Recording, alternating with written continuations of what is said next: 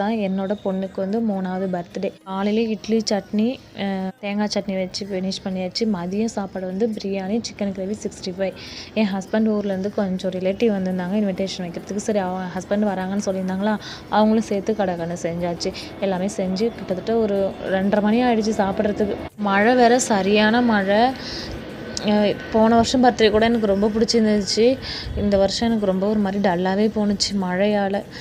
அப்புறம் ஒரு 5 மணி போல் போயிட்டு கேக்கு வாங்கிட்டு பட்டர்ஸ்காட்ச் கேக்கு தான் ஆர்டர் பண்ணியிருந்தோம். 1 கிலோ வந்து 1200 ஒரு 5 டேஸ்க்கு முன்னாடியே அட்வான்ஸ் கொடுத்துட்டு செய்ய சொல்லியிருந்தோம். சூப்பராக செஞ்சுருந்தாங்க. கேக்கு செம்ம டேஸ்ட்டாக இருந்துச்சு. தமிழில் தான் எழுத சொல்லியிருந்தேன், இங்கிலீஷில் எழுதி வச்சுருந்தாங்க.